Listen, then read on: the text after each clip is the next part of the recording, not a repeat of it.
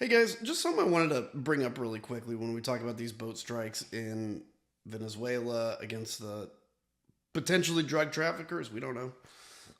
At least we haven't seen evidence that they are, but let's just assume they are. That's fine.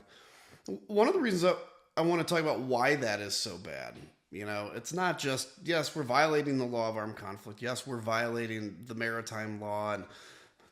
But inevitably, what you hear back from people is like, well, yeah, but we need to take the gloves off on these fights. We need to quit treating these people with kid gloves. It's the military's too woke, whatever.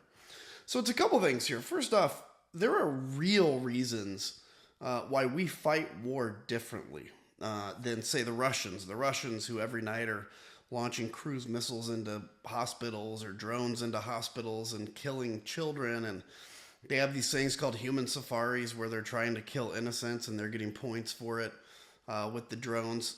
Like, that's just pure wrong. And by the way, let me just tell you, the Russian army actually pretty much sucks at fighting war. Um, but there are reasons, like when we fight war different. First off, we get treated in many cases differently. At the end of World War II, or actually during World War II, there were some interesting numbers. So Americans that were captured by the Germans, I think they had like an 80 or 90% survival rate in the POW camps. The Russians that were captured, it was far lower because we treated the Germans well when we captured them, and they reciprocated on that.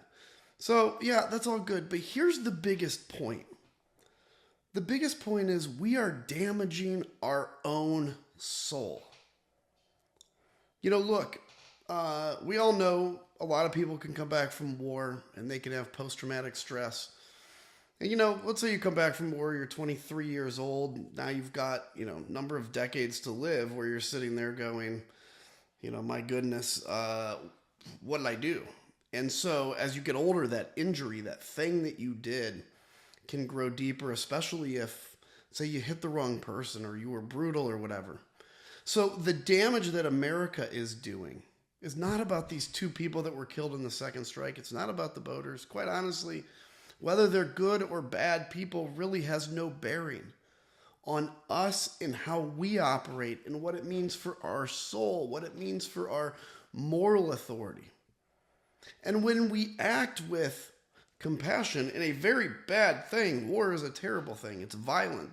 The idea of having standards in war is weird because it's just, we're killing each other. But when you hold yourselves to higher standard, it gives you much more moral authority around the world. It gives you allies like we have. We have a ton of allies that unfortunately we're damaging right now, but that see us and they know that when we do something, even if we don't always do the right thing, the intention usually of most Americans behind any kind of war thing is usually good. It's usually hoping to make people's lives better, even if we fail at it. And so you see a situation where two guys are hanging on. They're no longer a threat. All the law of armed conflict, the maritime law says we need to actually work at rescuing these people, and we don't, and we kill them. The damage that does to us as a nation.